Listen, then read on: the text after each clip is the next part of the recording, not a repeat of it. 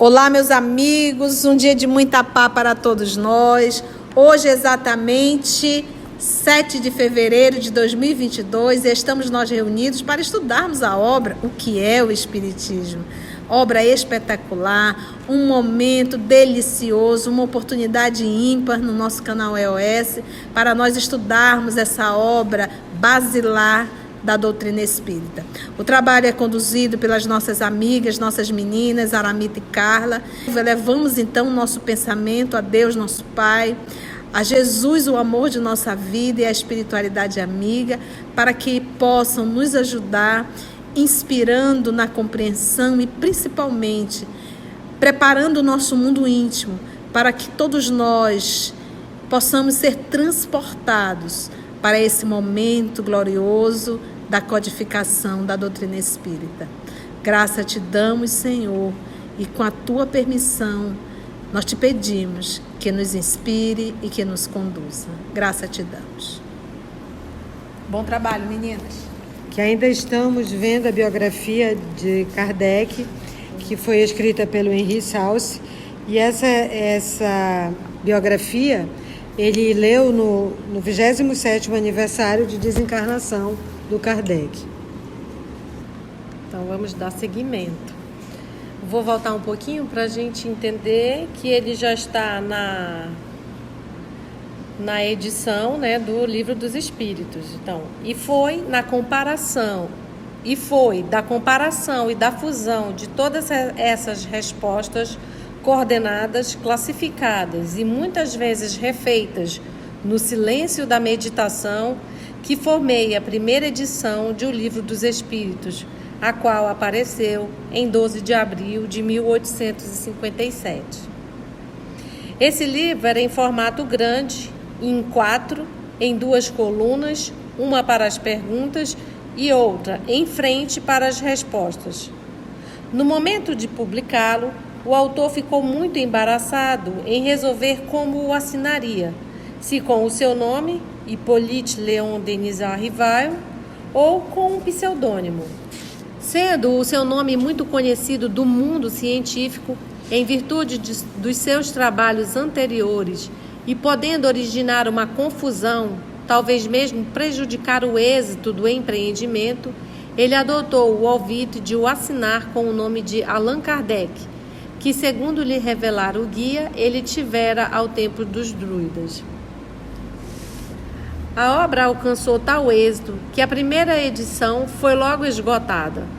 Allan Kardec reeditou-a em 1858 e tem uma nota da editora dizendo que a segunda edição foi impressa em 1860 e não em 1858, como está aqui no texto acima, mas ele manteve o texto original. Reeditou-a em 1858, que é 1860 na verdade, sob a forma atual, em 12, revista, correta e consideravelmente aumentada. É porque a primeira edição esgotou rapidamente e as pessoas ficavam pedindo para ele refazer. Enquanto isso, ele disse, não, vão lendo, que é o Espiritismo, que saiu em 58, né? E aí, só em 60, que ele estava revisando as perguntas, que saiu realmente a segunda edição.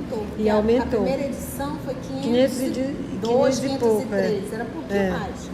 E aí vieram depois, ele alcançou mais de 1.019 questões, que na verdade são 1.018, né? Mas são 1.019 questões. E a gente que estuda a Revista Espírita sabe que muita coisa aconteceu em 1858, 59, que dava para ele, que ele fez novos estudos, novas comparações, recebeu novas correspondências. E ele tanto estava pedindo que no começo da Revista Espírita, se vocês lembram, de 1860, as pessoas estão pedindo a edição que era para sair em maio, mas só vai sair em julho, lá para o meio do ano, a segunda edição. No dia 25 de março de 1856, estava Allan Kardec em seu gabinete de trabalho, em via de compulsar as comunicações e preparar o Livro dos Espíritos, quando ouviu ressoarem pancadas repetidas no tabique. Procurou, sem descobrir a causa disso, e em seguida tornou a pôr as mãos à obra. Sua mulher, entrando cerca das 10 horas, ouviu os mesmos ruídos. Era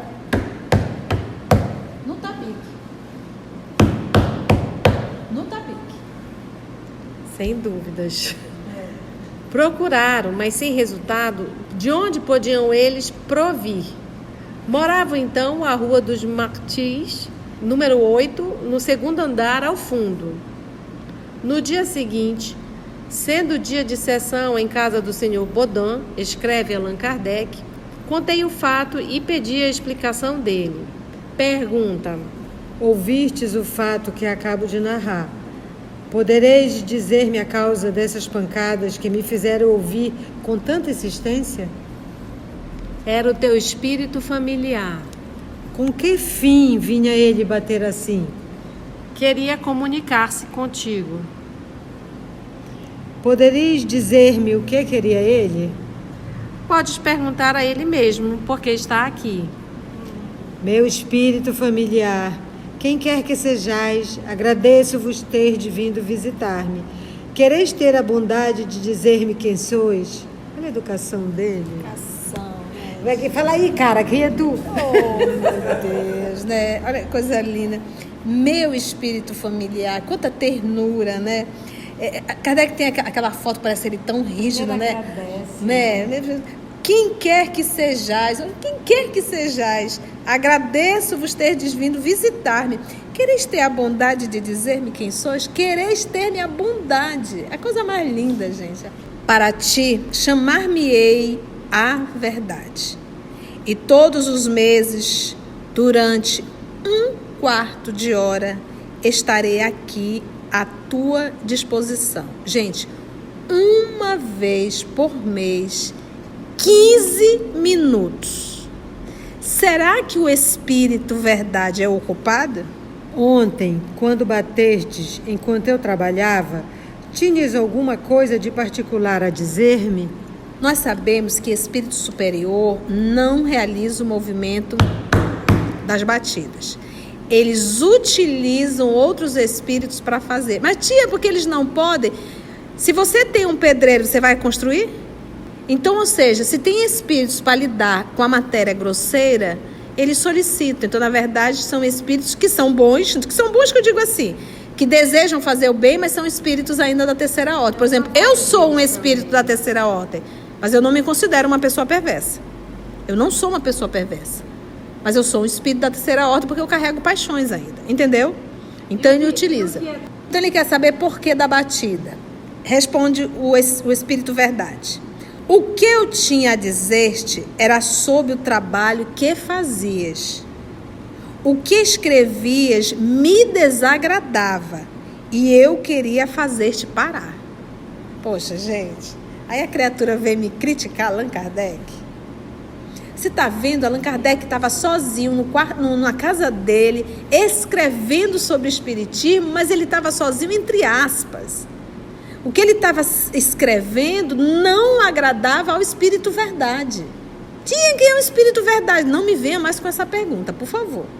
É o Cristo, meus amigos. É o próprio Jesus, coordenando a terceira revelação. É por isso que ainda há pouco nos mensageiros, como é que eles se referiram ao Espiritismo? A fonte o quê? Divina. Nós estamos falando da terceira revelação. E Jesus não está longe no trono, ele está bem perto, porque ele disse, daqui ele não iria sair enquanto houvesse uma lágrima. Então Jesus não acompanhou a terceira revelação de longe não, foi de perto, bem de perto. E quando a gente fala de Kardec, que a gente fala do nome Allan Kardec, dos druidas, eu estou dizendo que era antes de Cristo, na época dos celtas, e lá dentro ele era um guia espiritual do grupo celta. Entendeu, gente? Quando a gente fala aqui dessa intimidade, desse espírito familiar. Familiar não é porque foi filho de Jesus, irmão de Jesus, não. É grau de afinidades mesmo. Lembra do que a gente estuda? Parentela física e parentela espiritual? O que escrevia me desagradava. Aí tem a nota.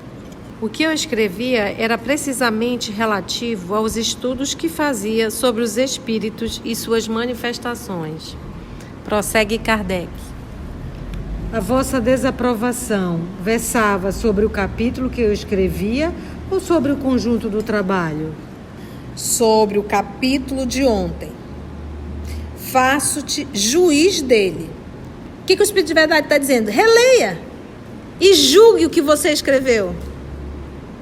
Porque os espíritos nobres, no espetáculo da pedagogia, eles não dizem assim, o erro está aqui, corrige. Para que você possa aprender, vá lá, reveja e descubra o erro. E se ele mandou Kardec fazer isso, porque ele sabia que Kardec tinha capacidade de identificar esse erro. Então, olha só. Sobre o capítulo de ontem. Faço-te juiz dele. Torna a lê-lo esta noite. Reconhecer-lhe-ás os erros e os corrigirás. Eu mesmo não estava muito satisfeito com esse capítulo e o refiz hoje. Está melhor? Está melhor, mas não muito bom. Lê da 3ª à 30ª linha e reconhecerás um grave erro. Então, ou seja, ele fez na noite, no dia seguinte refez e estava sendo acompanhada. A senhora está querendo dizer que Jesus Cristo estava constantemente com Kardec? Vamos lembrar da obra Paulo Estevam? Vamos lembrar? Quando Jesus foi pessoalmente pegar Paulo, e quando Paulo realmente se tornou aquele divulgador, o que disse Jesus a ele? A partir de agora, Estevão, quando ele vai falar das cartas, lembra disso? Quando ele vai falar das cartas, Estevão estará mais aconchegado a ti. Mais ainda, eu ditarei a ele as cartas e ele irá transmitir. Então, quem era a ponte entre o apóstolo Paulo e o Cristo? Estevão. Porque Jesus, gente, presta atenção uma coisa. Todo mundo trabalhando. Jesus não é centralizador. Jesus não é centralizador, é coisa de gente mesquinha. Coisa de gente pequena. Que não quer dividir de ninguém e acha que só ele pode fazer. Essa é a pessoa centralizadora. Se eu não estou aqui, a coisa não anda. Se eu não estou aqui, ninguém faz. Claro, centraliza tudo. O que um bom educador faz? Distribui os trabalhos. E ali ele o quê? Orienta. Então, olha, o que estava escrito também está errado. Da 3ª à 30ª linha. E reconhecerás um grave erro. Rasguei o que tinha feito ontem. Não importa, Kardec. Essa inutilização não impede que subsista o erro. Relê e verás. Ele tem que, porque o erro está onde? Está na cabeça, ele tem que descobrir o erro. O nome de verdade que tomais é uma alusão à verdade que procuro? Talvez. Ou, pelo menos, lembra de Jesus? Eu sou o caminho, a verdade e a vida. Ninguém chegará ao Pai senão por mim. Talvez, ou pelo menos, é um guia que te há de auxiliar e proteger. Posso evocar-vos em minha casa? Sim, para que eu te assista pelo pensamento. Meus amores, vou repetir. Livro e DVD feito pelo Oceano Vieira, Vozes do Grande Além, tem uma comunicação de Teresa Dávila através de Chico Xavier. Está gravado e também foi editado pelo trabalho do Arnaldo Rocha. O que o guia espiritual falou antes da comunicação? Teresa Dávila, do local que ela está, que não é nem no nosso sistema solar, ela vai utilizar o médium como um rádio. Você está achando que espírito da hierarquia de uma Teresa Dávila e um Cristo que está muito mais, ele tem que estar ao lado para estar se comunicando? Você lembra que o pensamento, ele irradia? E a maioria desses médiuns aqui eram jovens e inconscientes. Máquina. E isso aqui era psicografia. Então era mecânico, justamente para não interferir. Sim, para que eu te assista pelo pensamento, mas quanto a respostas escritas em tua casa, não será tão cedo que as poderás obter. Ou seja, não começa a fazer esse trabalho ainda em tua casa, não é agora. E o Espírito Verdade disse que vai estar com ele para responder essas questões 15 minutos, uma vez por mês. E na casa do seu Bodô. Podereis vir mais frequentemente que todos os meses? Sim, mas não prometo senão uma vez por mês, até nova ordem. Não é ele recebendo ordem, é até a nova ordem que eu vou te dar. Olha o curioso. Animartes alguma personagem conhecida na Terra? Disse-te, aí vem, disse-te que para ti eu era a verdade. O que da tua parte devia importar discrição. Gente, é para acabar, olha. Não saberás mais que isto. Olha a sensibilidade do nosso Senhor Jesus. Tia, onde é que está escrito isso? O Livro dos Espíritos, obra de André Luiz, Os Missionários da Luz. Claro, no Missionário da Luz está assim, ó, bem claro. O Espírito de Verdade. Evangelho segundo o Espiritismo. Só um tonto não vê dentro do Evangelho segundo o Espiritismo. O livro A Gênese e Obras Póstumas. E o que eu acho bem interessante é que ele não se intimida e ele pergunta, né? Ele pergunta. Eu acho interessante frisar aqui que ele foi informado que é um guia que há de te auxiliar e proteger e que ele pode sempre evocar em sua casa para que seja assistido pelo pensamento.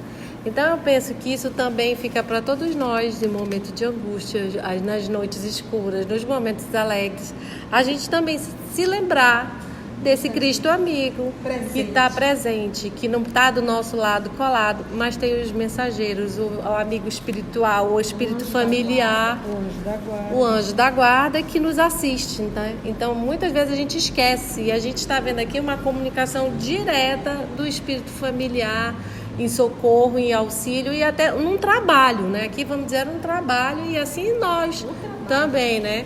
Nos nossos trabalhos, nas nossas aflições. E precisa começar a fazer isso, porque eu digo de mim, eu digo para a tia que ela tem o anjo da guarda dela da cola explícita. E aí eu tenho feito assim, pedido cola explícita do meu. A tia mandou eu pedir, é porque tu não fala. Eu disse, então agora eu tenho pedido. E assim, tem me acontecido umas coisas bem interessantes e assim, e bem verdadeiras de que ninguém está só. Outro dia até eu disse, meu anjo da guarda é para eu ir ou para eu ficar? Eu estava lá em casa, que era para fazer uma coisa. Aí eu tô aqui deitada, vai ver que não é para eu ir. Pronto, passou o sono. Eu digo, tá bom, já entendi, vou. Aí eu fui e deu tudo bem bacana. Então assim, a gente tem que criar esse hábito. Não é esperar que venha. Olha que o Kardec pergunta e ele diz, tu me chama pelo pensamento. E às vezes a gente não tem esse hábito. E os espíritos morrem de dizer, fazer oração, conversa com teu espírito protetor, ele está ali para te ajudar. Ele não sai de perto de ti, mas tu te afasta dele. E eu acho assim, sabe, Aramita, quando as pessoas duvidam ou dizem o contrário, lembra que a gente estudou muito isso hoje, que o mal... O inimigo do espiritismo não está fora, está dentro do espiritismo. Então a gente vê o número de pessoas dizendo, não acredito que o Espírito de Verdade é Jesus. Imagina Jesus. Então são pessoas que em verdade não acreditam na existência de Jesus. Ou pensam em Jesus ainda crucificado. Jesus longe. Distante. Nem um pouco preocupado. Gente, a terceira revelação, você vê aqui ele acompanhando linha a linha, exatamente, Carlinha, linha a linha do que estava sendo escrito, porque hoje, 2022, nós estamos estudando. E o interessante é que é uma obra tão bem acompanhada que, assim, mais de 150 anos depois, não se revisou e nem se revogou nada do que foi escrito. tão bem feito que foi. Nossa. Como ele disse, tem um erro aí. Talvez seja uma coisa que mais para frente diz assim, olha, isso não é assim. Como o Chico também, que disse, ó, o André Luiz está dizendo que vocês estão errados e eu estou certo, que muita gente quis corrigir. E a obra estava muito à frente daquela época e ainda continua muito à frente hoje.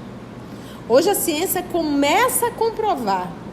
Gente, a gente estudou meados do século XIX fluido. Já falando que a matéria não era a matéria que a gente estava achando. E hoje já se estuda isso. Qual é a menor partícula hoje? Quark, né? Se não falha a memória. Bóson, sei lá, tanto nome aí. Já diminuiu, não é mais uma molécula. Ele diz lá no livro dos Espíritos, o que tu chama de molécula ainda está muito longe de ser a molécula primitiva. Tu já parou para pensar nisso? Meados do século XIX. Quanta coisa mudou, né? Quanta coisa mudou. Então a obra é espetacular.